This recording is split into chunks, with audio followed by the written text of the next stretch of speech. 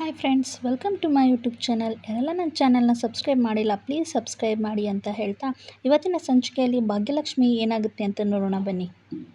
ಈ ಸಂಚಿಕೆ ಶುರುವಿನಲ್ಲಿ ಕುಸುಮ ಅವರು ಒಂದು ರಾಶಿ ಪಾತ್ರೆನೆಲ್ಲ ತೊಳಿತಾ ಇರ್ತಾರೆ. ಆ ಪಾತ್ರೆನೆಲ್ಲ ತೊಳೆದು ಅದಾದ ನಂತರ ತನ್ನ ರೂಮ್ಗೆ ಓಡಿ ಬಂದು ಒಂದಿಷ್ಟು ನೀರನ್ನು ಗಟಗಟ ಅಂತ ಕುಡಿದ್ಬಿಡ್ತಾರೆ. ಆಗ ಫೋನನ್ನು ತಗೊಂಡು, ಅಯ್ಯೋ ಟೈಮ್ ಬೇರೆ ಆಯಿತು, ನಾನಿನ್ನು ಆಸ್ಪತ್ರೆಗೆ ಹೋಗೋದು ಯಾವಾಗ, ಛೇ ಅಂತ ಕುಸುಮ ಅವರು ಅಲ್ಲಿಂದ ಹೊರಡೋಕ್ಕೆ ಅಂತ ರೆಡಿ ಆಗಿಬಿಡ್ತಾರೆ. ಆಗ ಅಲ್ಲಿಗೇನೆ ಆ ಮೇಡಮ್ ಬಂದು ಒಂದು ಮೂಟೆ ಬಟ್ಟೆನ ತೊಗೊಂಡು ಬಂದು ಕುಸುಮ ಕಾಲ್ಗಡಿ ತೆಗೆದು ಬಿಸಾಡ್ತಾರೆ. ಅಯ್ಯೋ ಇದೇನಿದು ಅಂತ ಕುಸುಮ ಅವ್ರಿಗೆ ಕೇಳ್ತಾರೆ. ಕಾಣಿಸ್ತಾ ಇಲ್ವಾ, ಬಟ್ಟೆ ಇದು ನೋಡು, ಈಗಲೇ ಇದಿಷ್ಟು ಬಟ್ಟೆನ ನೀವು ಚೆನ್ನಾಗಿಯೇ ಒಗೆದು ಒಣಗಿಸ್ಬೇಕು ಅಂತ ಹೇಳ್ತಾರೆ. ಏನು ಈಗಲಾ? ಅಯ್ಯೋ ನನಗೊಂದು ಸ್ವಲ್ಪ ಆಸ್ಪತ್ರೆಗೆ ಹೋಗೋದಿದೆ, ನಾನು ಹೋಗ್ತೀನಿ ಅಂತ ಕುಸುಮ ಅವ್ರು ಹೇಳಿದ ತಕ್ಷಣವೇ, ನೋಡಿ ಇಲ್ಲಿ ನಾವು ಹೇಳಿರೋ ಮಾತನ್ನು ನೀವು ಕೇಳಬೇಕು, ನೀವು ಹೇಳೋ ಮಾತನ್ನು ನಾವು ಕೇಳೋದಿಲ್ಲ, ನೋಡಿ ಇಲ್ಲಿರೋದನ್ನೆಲ್ಲ ಕೂಡ ಒಗ್ದಾಕಿ ಬನ್ನಿ, ಇಲ್ಲಿರೋರು ದುಡ್ಡು ಕೊಟ್ಟು ಸೇರ್ಕೊಳ್ಳೋಕ್ಕೆ ಬಂದಿದ್ದಾರೆ, ಆದರೆ ನೀವು ಮಾತ್ರ ಹಾಗಲ್ಲ, ಫ್ರೀಯಾಗಿ ಇರೋದು, ನಾವು ಹೇಳಿರೋ ಮಾತನ್ನು ಕೇಳಲಿಲ್ಲ ಅಂತಂದರೆ ಇಲ್ಲಿಂದ ಹಾಗೇ ಗೇಟ್ ಪಾಸ್ ತೊಗೊಂಡು ಹೋಗ್ತಾ ಇರಿ ಅಂತ ಹೇಳ್ತಾರೆ. ನಮ್ಮ ಮಾತನ್ನ ಕೇಳ್ತಾ ಇದ್ದರೆ ಸರಿ, ಹುಷಾರ್ ಅಂತ ಹೇಳಿಬಿಟ್ಟು ಕುಸುಮಗೆ ವಾರ್ನ್ ಕೊಟ್ಟು ಹೋಗಿಬಿಡ್ತಾರೆ.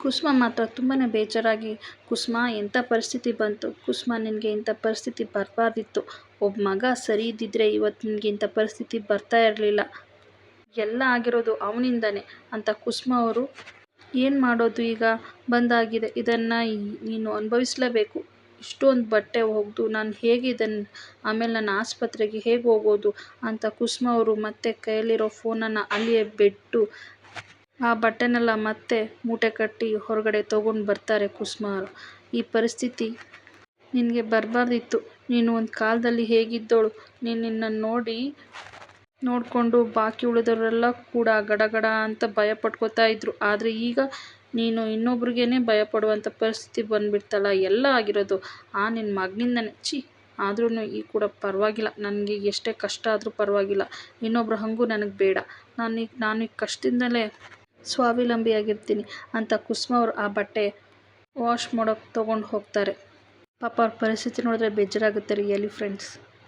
ಈ ಕಡೆ ಆದಿಯವರು ಆ ರೌಡಿಗಳನ್ನೆಲ್ಲ ಚೆನ್ನಾಗಿ ಹೊಡೆದ್ಬಿಟ್ಟು ಒಬ್ಬ ರೌಡಿನ ಕೇಳ್ತಾರೆ, ಈ ಕೆಲಸನೆಲ್ಲ ಯಾರು ಮಾಡಿಸಿದ್ದು ಅಂತ ಕೇಳಿದಾಗ, ನನಗೆ ಸುಪಾರಿ ಕೊಟ್ಟಿದ್ದು ತಾಂಡವ್ ಅಂತ ಅವನ ಬಾಯಿಂದ ಬಂದ್ಬಿಡುತ್ತೆ. ತಾಂಡವ್ ಹೆಸರು ಕೇಳಿದ ತಕ್ಷಣ ಆದಿ ಮತ್ತು ಭಾಗ್ಯ ತುಂಬಾ ಶಾಕ್ ಆಗಿಬಿಡ್ತಾರೆ. ಆಗ ಟೈಮ್ ನೋಡಿಕೊಂಡು ಆ ರೌಡಿ ಅಲ್ಲಿಂದ ಓಡೋಗ್ಬಿಡ್ತಾನೆ. ಆಗ ಆದಿನೂ ಕೂಡ ಓಡೋಗ್ಬೇಕು ಅನ್ನೋಷ್ಟರಲ್ಲಿ ಭಾಗ್ಯ ಮಾತ್ರ ಆದಿ ಕೈನ ಜೋರಾಗಿಯೇ ಹಿಡ್ಕೊಂಡು ಬಿಡ್ತಾಳೆ. ಭಾಗ್ಯ ಏನು ಮಾಡ್ತಿದ್ದೀರಾ, ಕೈ ಬಿಡಿ ಅಂತ ಆದಿಯವ್ರು ಹೇಳ್ತಾರೆ. ಏನು ಆದಿಯವರೇ, ಮತ್ತೆ ರೌಡಿ ಹಿಂದೆ ಓಡ್ತಾ ಇದ್ದೀರಲ್ಲ, ಅವರಿಂದ ಯಾವ ಪ್ರಯೋಜನವೂ ಇಲ್ಲ ನೋಡಿ, ಆಲ್ರೆಡಿ ಈಗ ನಿಮಗೆ ತುಂಬಾ ಏಟಾಗಿ ಹಣೆಯಿಂದ ಕೈಯಿಂದ ರಕ್ತ ಬರ್ತಾ ಇದೆ, ಬನ್ನಿ ಕೂತ್ಕೊಳ್ಳಿ ಅಂತ ಭಾಗ್ಯ ತನ್ನ ಸೀರೆಯ ಸೆರಗನ್ನು ಹರಿದು ಕೈಗೆಲ್ಲ ಹಾಗೆ ಒಂದು ಬ್ಯಾಂಡೇಜ್ ಥರ ಕೂಡ ಕಟ್ಬಿಡ್ತಾಳೆ. ಏನು ಭಾಗ್ಯ, ತಾಂಡವ್ರು ಜೈಲಲ್ಲೇ ಇದ್ಕೊಂಡು ಈ ಥರ ಕೆಲಸ ಮಾಡ್ತಾರಾ ಅಂತ ನಾನು ಅಂದ್ಕೊಂಡಿರಲಿಲ್ಲ ಅಂತ ಆದಿ ಹೇಳ್ತಾರೆ. ಹೌದು ಆದಿಯವರೇ, ಜೈಲಲ್ಲಿ ಹೋದ್ಮೇಲೆ ಆದ್ರೂ ಕೂಡ ಬುದ್ಧಿ ಕಲಿತಾರೆ ಅಂತ ನಾನು ಅಂದ್ಕೊಂಡಿದ್ದೆ, ಅವರು ಇಷ್ಟೊಂದು ದೊಡ್ಡ ಕೀಳ್ಮಟ್ಟಕ್ಕೆ ಇಳಿತಾರ ಅಂತ ನಾನು ಅಂದ್ಕೊಂಡೇ ಇರಲಿಲ್ಲ, ಜೈಲಲ್ಲೇ ಕೂತ್ಕೊಂಡು ಕೊಲೆ ಮಾಡೋ ಮಟ್ಟಕ್ಕೂ ಇಳಿತಿದ್ದಾರೆ ಅವರು ಅಂತ ಭಾಗ್ಯ ಹೇಳ್ತಾ ಇರಬೇಕಾದ್ರೆ, ಭಾಗ್ಯ ನೀವು ಏನನ್ನು ಕೂಡ ಯೋಚನೆ ಮಾಡ್ತಿದ್ದೀರಾ, ಏನು ಯೋಚನೆ ಮಾಡಬೇಡಿ, ಮನೆಗೆ ಹೋಗಿ ತಕ್ಷಣವೇ ಒಂದು ಪೊಲೀಸ್ರಿಗೆ ಕಂಪ್ಲೇಂಟ್ ಕೊಟ್ಟು ಅವನ ಮೇಲೆ ಕೊಟ್ಬಿಡೋಣ, ನಾವು ಅಂದಾಗೆ ಇನ್ನು ಒಂದು ನಿಮಿಷನೂ ಯಾವುದೇ ಕಾರಣಕ್ಕೂ ಮನೇಲಿ ಗೊತ್ತಾಗಬಾರ್ದು, ಗೊತ್ತಾದರೆ ಸುಮ್ಮನೆ ಗಾಬರಿ ಆಗ್ತಾರೆ ಅಂತ ಆದಿ ಹೇಳ್ತಾರೆ. ಅದು ಹೇಳಿದ ತಕ್ಷಣ, ಹೌದು ಆದಿಯವರೇ, ಗೊತ್ತಾಗೋದು ಬೇಡ ಅಂತ ಭಾಗ್ಯ ಕೂಡ ಹೇಳಿ ಹಾಗೆ, ಛೇ ಆ ತಾಂಡವ್ ಅವರು ನೀವು ಇಷ್ಟೊಂದು ಕೀಳ್ಮಟ್ಟಕ್ಕೆ ಇಳಿತಿದ್ದೀರಾ ಅಂತ ಸುಪಾರಿ ಕೊಟ್ಟು ಕೊಲೆ ಮಾಡಿಸುವಷ್ಟು ಕೀಳ್ಮಟ್ಟಕ್ಕೆ ಇಳಿತಾರಾ ಅಂತ ನಾನು ಅಂದ್ಕೊಂಡೇ ಇರಲಿಲ್ಲ ಅಂತ ಭಾಗ್ಯ ಮನಸ್ಸಿನಲ್ಲೇ ಯೋಚನೆ ಮಾಡ್ತಾ ಇರ್ತಾಳೆ. ಅದಾದ ನಂತರ ಇಬ್ಬರೂ ಕೂಡ ಭಾಗ್ಯ, ನಾವು ಓಡ್ತಾ ಹಾಗೆ ಕಾಡು ಮಧ್ಯೆನೇ ಬಂದುಬಿಟ್ಟಿದ್ದೀವಿ ಅಂತ ಅನಿಸುತ್ತೆ, ಇದೇ ಮನೆಗೆ ಹೋಗಬೇಕಲ್ವಾ, ಬನ್ನಿ ಹೊರಡೋಣ ಅಂತ ಇಬ್ಬರು ಕೂಡ ಮತ್ತೆ ನಡ್ಕೊಂಡು ಹೋಗೋಕ್ಕಂತ ಸ್ಟಾರ್ಟ್ ಮಾಡ್ತಾರೆ. ಆದರೆ ಅವರು ಹಾಗೆ ಮಾಡ್ಕೊಂಡು ಹೋಗಿ ಮತ್ತೆ ಒಂದು ಕಾಡು ಮಧ್ಯಕ್ಕೇ ಬಂದುಬಿಡ್ತಾರೆ. ಭಾಗ್ಯ, ನಾವು ದಾರಿ ತಪ್ಪಿ ಬಂದಿದ್ದೀವಿ ಅಂತ ಅನಿಸುತ್ತೆ, ನನಗಂತೂ ನಡೆಯೋಕ್ಕೆ ಆಗಲ್ಲಪ್ಪ ಅಂತ ತುಂಬಾ ಬಾಯಾರಿಕೆ ಬೇರೆ ಆಗ್ತಿದೆ, ಇಲ್ಲೇ ಸ್ವಲ್ಪ ಹೊತ್ತು ಕೂತ್ಕೋತೀನಿ ಅಂತ ಆದಿ ಎಲ್ಲೇ ಕೂತ್ಕೋತಾರೆ. ಆಗ ಭಾಗ್ಯ, ಇಲ್ಲೇ ಕೂತ್ಕೊಂಡಿರಿ, ನಾನು ಎಲ್ಲಾದರೂ ನೀರು ಸಿಗುತ್ತಾ ಅಂತ ನೋಡ್ತೀನಿ ಅಂತ ಸ್ವಲ್ಪ ಮುಂದೆ ಬರ್ತಾಳೆ. ಭಾಗ್ಯ, ನೀವು ಮುಂದೆ ಹೋಗಬೇಡಿ, ಮತ್ತೆ ನೀವು ಕಳೆದೋದ್ರೆ ನಿಮ್ಮನ್ನು ಹುಡ್ಕೋಕೆ ನಾನು ಮತ್ತೆ ಹುಡುಕ್ಬೇಕಾಗತ್ತೆ. ಹಾಗಾಗಿ ಬನ್ನಿ ಭಾಗ್ಯ, ಇಲ್ಲೇ ಒಂದು 5 ನಿಮಿಷ ರೆಸ್ಟ್ ಮಾಡಿಕೊಂಡು ಮತ್ತೆ ಹುಡ್ಕೋಣ ಅಂತ ಹೇಳಿ 5 ನಿಮಿಷ ಅಲ್ಲೇ ಇಬ್ಬರು ಕೂಡ ಕೂತ್ಕೊಂಡು ಮತ್ತೆ ನಡ್ಕೊಂಡು ಬರ್ತಾ ಇರ್ತಾರೆ. ಆಗ ಅದೇ ಟೈಮ್ಗೆ ಸರಿಯಾಗಿ ಒಬ್ಬ ಹೆಂಗಸು ಕೂಡ ಸೌದೆನ ಹೊತ್ಕೊಂಡು ನಡ್ಕೊಂಡು ಬರ್ತಾ ಇರ್ತಾರೆ. ಆಗ ಇಬ್ಬರೂ ಓಡಿ ಬಂದು, ಅಕ್ಕ, ನಿಮ್ಮಿಂದ ಒಂದು ಸಹಾಯ ಆಗಬೇಕಿತ್ತು, ಕುಡಿಯೋಕ್ಕೆ ಸ್ವಲ್ಪ ನೀರು ಕೊಡ್ತೀರಾ ಅಂತ ಕೇಳ್ತಾರೆ. ಅವ್ರ ಕೈಯಲ್ಲಿರೋ ಬಾಟ್ಲನ್ನ ತಗೊಂಡು ತಕ್ಷಣ ಆದಿ ಮತ್ತು ಭಾಗ್ಯ ಸ್ವಲ್ಪ ಸ್ವಲ್ಪ ನೀರು ಕೂಡ ಕುಡಿದ್ಬಿಡ್ತಾರೆ.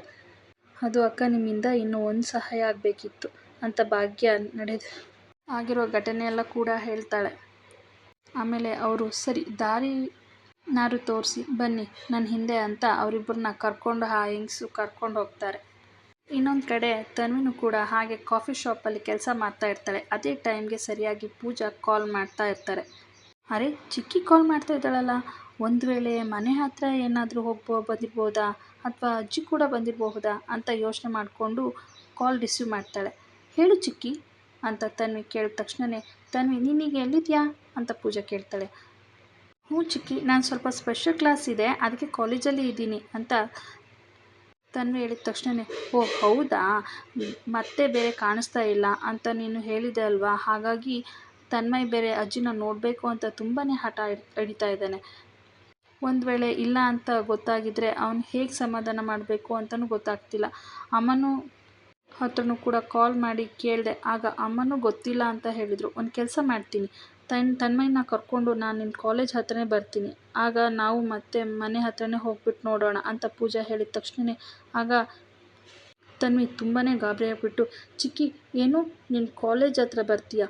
ಅಲ್ಲ, ನಾನು ಕಾಲೇಜ್ ಹತ್ರ ಯಾಕೆ ಬರ್ತೀಯಾ ಅಂತ ತನ್ವಿ ಕೇಳ್ತಾಳೆ. ಆಗ, ಅಲ್ಲೇ ನೀನು ಒಳ್ಳೆ ಕೆಲಸ ಆಯ್ತಲ್ಲ, ಅಜ್ಜಿ ಕಾಣಿಸ್ತಾ ಇಲ್ಲ, ಹುಡುಕ್ಬೇಕು ಅಂತ ಹೇಳಿರೋದು ನೀನು ತಾನೇ, ಈಗ ಯಾಕೆ ಬರ್ತೀಯಾ ಅಂತ ಕೇಳ್ತಾ ಇದೆಯಲ್ಲ, ನಾವು 3 ಜನ ಕೂಡ ಮನೆ ಹತ್ರ ಹೋಗ್ಬಿಟ್ಟು ನೋಡೋಣ, ಆಗ್ಲೂ ಕೂಡ ಅತ್ತೆ ಬಂದಿಲ್ಲ ಅಂತಂದರೆ ಆಮೇಲೆ ಏನು ಮಾಡೋಣ ಅಂತ ನೋಡೋಣ ಅಂತ ಪೂಜಾ ಹೇಳಿದ ತಕ್ಷಣ ಆಗ, ಬೇಡ ಚಿಕ್ಕಿ, ಆವಾಗ ಏನೋ ನನಗೆ ಗಾಬರಿಯಾಗಿ ಹುಡ್ಕೋಣ ಅಂತ ಹೇಳಿರೋದು ನಿಜ, ಆದರೆ ನಾನು ಆಮೇಲೆ ಕೂತ್ಕೊಂಡು ನಿಧಾನಕ್ಕೆ ಯೋಚನೆ ಮಾಡಿದೆ, ಒಂದೊಂದು ಸರಿ ತಾತ ಚೆಕಪ್ಗೆ ಬೇಗ ಮುಗಿಯಲ್ಲ, ಆಸ್ಪತ್ರೆಗೆ ಹೋಗಿರಬಹುದಲ್ವಾ, ಹಾಗಾಗಿ ಇವತ್ತು ಒಂದು ದಿನ ನೋಡೋಣ, ನಾಳೆನೂ ಕೂಡ ಬಂದಿಲ್ಲ ಅಂತಂದಿದ್ರೆ ಹುಡ್ಕೋಣ ಅಂತ ತನ್ವಿ ಹೇಳ್ತಾಳೆ. ಅಲ್ಲೊಬ್ಬರು ಮಾತಾಡಿಕೊಂಡು ಬಂದು, ತನ್ವಿ, ಒಂದು ಕ್ಯಾಪುಚಿನೋ ಅಂತ ಕೇಳಿದ ತಕ್ಷಣ ತನ್ವಿ ಆ ವಾಯ್ಸ್ನ ಕೇಳಿ, ಸರಿ ಓಕೆ ಅಂತ ಡನ್ ಅಂತ ಕೈಯಲ್ಲೇ ಸನ್ನೆ ಮಾಡಿ ತೋರಿಸಿ, ನನಗೊಂದು ಸ್ವಲ್ಪ ಕೆಲಸ ಇದೆ, ಆಮೇಲೆ ಮಾಡ್ತೀನಿ ಅಂತ ಫೋನ್ ಕಟ್ ಮಾಡಿಬಿಡ್ತಾಳೆ. ಇನ್ನು ಒಂದು ಕಡೆ ಕನ್ನಿಕಾ ತನ್ನ ರೂಮಲ್ಲೇ ಕೂತ್ಕೊಂಡು ಅಕ್ಷತಾ ಜೊತೆನೇ ಮಾತಾಡ್ತಾ ಇರ್ತಾಳೆ. ಇನ್ನೇನು ಬ್ರೋನು ಮತ್ತು ಆ ಭಾಗ್ಯ ಬರೋ ಟೈಮು ಕೂಡ ಆಗೋಯ್ತು, ಆದರೆ ನಮ್ಮ ಕೆಲಸ ಇನ್ನೊಂದು ಕೂಡ ಆಗಿಲ್ಲ ಅಂತ ಕನ್ನಿಕಾ ಹೇಳ್ತಾ ಇರ್ತಾಳೆ. ಆಗ, ಓ ಗಾಡ್, ಕೆಲಸ ಆಗಿಲ್ಲ ಅಂತಂದರೆ ಮತ್ತೆ ಇನ್ನೇನು ಮಾಡೋದು, ನಮ್ಮ ಡ್ಯಾಡ್ ಹತ್ರ ಹೇಳಿ ಅವ್ರು ಹೇಗಾದರೂ ಮಾಡಿ ಬರೋದನ್ನು ಸ್ವಲ್ಪ ಡಿಲೇ ಮಾಡಿಸು ಅಂತ ಅಕ್ಷತಾ ಹೇಳ್ತಾಳೆ. ಅದೆಲ್ಲ ಆಗಲ್ಲ, ನಾನು ಒಂದು ವೇಳೆ ಡ್ಯಾಡ್ ಹತ್ರ ಮಾತಾಡಿದ್ರೆ ಅವ್ರಿಗೇನೆ ಅನುಮಾನ ಬಂದುಬಿಡುತ್ತೆ, ಒಂದು ವೇಳೆ ಆದಿ ಬ್ರೋ ಮತ್ತು ಭಾಗ್ಯ ಬಂದಮೇಲೆ ಅವರಿಬ್ಬರನ್ನು ಕೂಡ ಬಿಸಿ ಆಗೋಕ್ಕೇನೆ ಇರೋಕ್ಕೆ ಬಿಟ್ಟು ಆಗ ನಮ್ಮ ಕೆಲಸನ ನಾವು ಮಾಡಿ ಮುಗಿಸ್ಕೋಬಹುದು ಅಂತ ಕನ್ನಿಕಾ ಹೀಗೆ ಮಾತಾಡ್ತಾ ಇರಬೇಕಾದ್ರೆ ಆಗ ಮೀನಾಕ್ಷಿ ಅಲ್ಲೇ ಬಂದು ನಿಂತ್ಕೊಂಡು ಬಿಡ್ತಾರೆ. ಮೀನಾಕ್ಷಿನ ನೋಡ್ಬಿಟ್ಟು, ಓ ಗಾಡ್ ಅತ್ತೆ, ಹಾಗಾದರೆ ಎಲ್ಲ ಮಾತನ್ನು ಕೇಳಿಸ್ಕೊಬಿಟ್ರಾ ಅಂತ ಕನ್ನಿಕಾ ತುಂಬಾ ಗಾಬರಿ ಆಗಿಬಿಟ್ಟಿರ್ತಾರೆ. ಆದರೆ ಮೀನಾಕ್ಷಿ ಮಾತ್ರ ತುಂಬಾ ಕೋಪ ಮಾಡಿಕೊಂಡು, ಕನ್ನಿಕಾ, ನಿನಗೆ ಒಂದು ಸ್ವಲ್ಪ ಕೂಡ ಬುದ್ಧಿನೇ ಇಲ್ವಾ, ಈ ಮನೆಯಲ್ಲಿ ಅವರಿಬ್ಬರ ಹೆಸರನ್ನು ಯಾರೂ ಕೂಡ ತೆಗಿಬಾರ್ದು ಅಂತ ಹೇಳಿದೆ ತಾನೆ, ಅವ್ರ ಇಬ್ಬರ ಹೆಸರನ್ನ ತೆಗೆದಿದ್ರೆ ನನಗೆ ತುಂಬಾ ಕೋಪ ಬರುತ್ತೆ, ನಿನಗೆ ಮಾಡೋಕ್ಕೇನು ಕೆಲಸ ಇಲ್ವಾ ಅಂತ ಕನ್ನಿಕಾಗೆ ಚೆನ್ನಾಗಿ ಬೈದು ಅಲ್ಲಿಂದ ಮೀನಾಕ್ಷಿರು ಹೊರಟುಬಿಡ್ತಾರೆ. ಆಗ ಕನ್ನಿಕಾ, ಅರೆ ಅತ್ತೆ, ಏನಾಗಿದೆ, ಅವ್ರು ಯಾಕೆ ಈ ಥರ ಮಾತಾಡ್ತಾರೆ ಅಂತ ಯೋಚನೆ ಮಾಡ್ತಾ ಇರ್ತಾಳೆ. ಆದಿ ಮತ್ತು ಭಾಗ್ಯನ ಕರ್ಕೊಂಡು ಆ ಹೆಂಗಸು ತನ್ನ ಮನೆಗೇ ಬರ್ತಾರೆ. ಆ ಮನೆಯವರು ಎಲ್ಲರೂ ಕೂಡ ಹೊರಗಡೆನೆ ಕೂತ್ಕೊಂಡು ಮಾತಾಡ್ತಾ ಇರಬೇಕಾದ್ರೆ ಅಜ್ಜಿ ತಾತ ಎಲ್ಲರೂ ಆಗ, ಇದೇನಿದು, ಸೌದೆಗಂತ ಹೋದವಳು ಇನ್ನಿಬ್ಬರನ್ನ ಯಾರನ್ನೋ ಕರ್ಕೊಂಡು ಬರ್ತಿದ್ಯಲ್ಲ, ಯಾರವರು ಅಂತ ಮನೆಯವ್ರು ಕೇಳ್ತಾರೆ. ಅದು ಬೆಂಗಳೂರಿಂದ ದಾರಿ ತಪ್ಪಿ ಬಂದ್ರಂತೆ, ಅದು ಅಲ್ಲದೆ ಅವರಿಗೆ ಯಾರೋ ಹೊಡೆಯೋಕ್ಕೆ ಬೇರೆ ರೌಡಿಗಳು ಬೇರೆ ಬಂದಿದ್ರಂತೆ. ಹಾಗಾಗಿ ದಾರಿ ಕೇಳಿದ್ರು. ಇಲ್ಲಿಂದನೇ ಕರ್ಕೊಂಡು ಬಂದೆ ಅಂತ ಅವರು ಹೇಳ್ತಾರೆ. ಹೌದಾ, ಪಾಪ ಇವರು ನೋಡ್ತಾ ಇದ್ರೆ ತುಂಬಾ ಆಯಾಸ ಆಗಿದೆ ಅಂತ ಅನಿಸುತ್ತೆ. ಹಾಗಾಗಿ ಕುಡಿಯೋಕೆ ಏನಾದರೂ ತಗೋ ಬಂದು ಕೊಡು ಅಂತ ಹೇಳ್ತಾರೆ. ಅದಾದ ನಂತರ ಅವರು ಪಾನ್ಕನ್ನು ಕೂಡ ತೊಗೊಂಡು ಬಂದು ಕೊಡ್ತಾರೆ. ಅದೇ ಮತ್ತೆ ಭಾಗ್ಯ ಅದನ್ನು ಕುಡಿದು ಹಾಗೆ ಚಾಪೆ ಮೇಲೇ ಸ್ವಲ್ಪ ಹೊತ್ತು ಕೂತ್ಕೊಂಡು ರಿಲ್ಯಾಕ್ಸ್ ಆಗ್ತಾರೆ. ಅಯ್ಯೋ ಏನಪ್ಪ, ನಿನ್ನ ಹಣೆಯಿಂದ ಕೈಯಿಂದ ತುಂಬಾ ರಕ್ತ ಬರ್ತಿದೆಯಲ್ಲ, ನಾನು ನಿನಗೆ ಔಷಧಿ ಕೊಡ್ತೀನಿ ಅಂತ ತಾತ ಒಂದು ಸೊಪ್ಪನ್ನು ಅರ್ದು ಹಾಗೆ ಒಂದು ಪೇಸ್ಟ್ ಥರ ಮಾಡಿಕೊಡ್ತಾರೆ. ಅದನ್ನು ಭಾಗ್ಯ ಆದಿ ಕೈಗೆ ಮತ್ತು ಹಾಗೆ ಹಣೆಗೆಲ್ಲ ಹಚ್ತಾಳೆ. ತಾತ ಆದಿ ಭುಜದಲ್ಲೂ ಕೂಡ ಒಂದು ಗಾಯ ಇರೋದನ್ನು ನೋಡಿಬಿಟ್ಟು, ಏನಪ್ಪ ನಿನ್ನ ಶರ್ಟ್ ಬಿಚ್ಚು, ನಿನ್ನ ಮೈಯಲ್ಲೂ ಕೂಡ ಗಾಯ ಆಗಿದೆ ಅಂತ ಅನ್ನಿಸ್ತಿದೆ ಅಂತ ಹೇಳ್ತಾರೆ. ಆಗ ಆದಿ ಅವರು ನಾಚಿಕೊಂಡು, ಏನು ನಿಮ್ಮರ ಮುಂದೆ ಎಲ್ಲ ನಾನು ಶರ್ಟ್ ಬಿಚ್ಚೋದಾ ಅಂತ ಕೇಳ್ತಾರೆ. ಏನಪ್ಪ, ಹೆಂಡತಿ ಮುಂದೆ ತಾನೇ ನೀನು ಶರ್ಟ್ ಬಿಚ್ಚಬೇಕಾಗಿರೋದು, ಅದಕ್ಕಂತೂ ನಾಚಿಕೆನಾ, ಹಿಂಗೆ ನಾಚ್ಕೊಂಡ್ರೇನೆ ಅಷ್ಟೇ ನೀನು. ಸರಿ ನೀವೆಲ್ಲರೂ ಕೂಡ ಎದ್ದು ಒಳಗಡೆ ಹೋಗ್ತೀವಿ, ನೀನು ನಿನ್ನ ಹೆಂಡತಿ ಹತ್ರ ನೀನು ಮದ್ದನ್ನು ಚೆನ್ನಾಗಿ ಹಚ್ಕೊಬಿಡು ಅಂತ ಹೇಳಿ ಎಲ್ಲರೂ ಎದ್ದು ಒಳಗಡೆ ಹೊರಡ್ಬೇಕಾದ್ರೆ ಅಲ್ಲಿ ಭಾಗ್ಯ ಔಷಧಿನ ಹಚ್ತಾ ಇರ್ತಾಳೆ. ಇನ್ನು ಒಂದು ಕಡೆ ಅಜ್ಜಿ ಮತ್ತೆ ಬಂದು, ಏನಪ್ಪ ಈ ಕಷಾಯ ಕುಡಿ, ಬೆಳಗ್ಗೆ ಅಷ್ಟರಲ್ಲಿ ನೋವೆಲ್ಲ ಹೊರಟೋಗುತ್ತೆ ಅಂತ ಹೇಳಿ ಆದಿ ಕೈಗೆ ಕಷಾಯನ ಕೊಟ್ಟು ಹೋಗ್ತಾರೆ. ಅದನ್ನು ಆದಿ ಕುಡಿತಾರೆ. ಏನು ಭಾಗ್ಯ, ಇದು ಇಷ್ಟೊಂದು ಕಹಿಯಾಗಿದೆ, ಆಗ ಕೊಟ್ರಲ್ವಾ ಪಾನಕ ಥರ ಸಿಹಿ ಇರುತ್ತೆ ಅಂತ ಅಂದ್ಕೊಂಡೆ ಅಂತ ಆದಿ ಹೇಳ್ತಾರೆ. ಆದಿಯವರೇ, ಕಷಾಯ ಎಲ್ಲ ಕಹಿಯಾಗಿನೇ ನೋವು ಹೋಗುತ್ತೆ ಅಂತ ಭಾಗ್ಯ ಹೇಳ್ತಾರೆ. ಆಗ ಅಲ್ಲ ಭಾಗ್ಯ, ಈ ಮಾತನ್ನು ನಾನು ನಂಬಲ್ಲ, ನೀವು ಸಿಹಿಯಾಗಿದ್ದೀರಲ್ವಾ, ನೀವು ನನ್ನ ಜೊತೆಗಿದ್ರೆ ನನಗೆ ಯಾವ ಕಷ್ಟನೂ ಕೂಡ ಬರಲ್ಲ ಅಂತ ಆದಿ ಭಾಗ್ಯ ಮುಖನೇ ನೋಡ್ತಾ ಇರ್ತಾನೆ. ಇಲ್ಲಿಗೆ ಈ ಸಂಚಿಕೆ ಮುಕ್ತಾಯವಾಗುತ್ತೆ.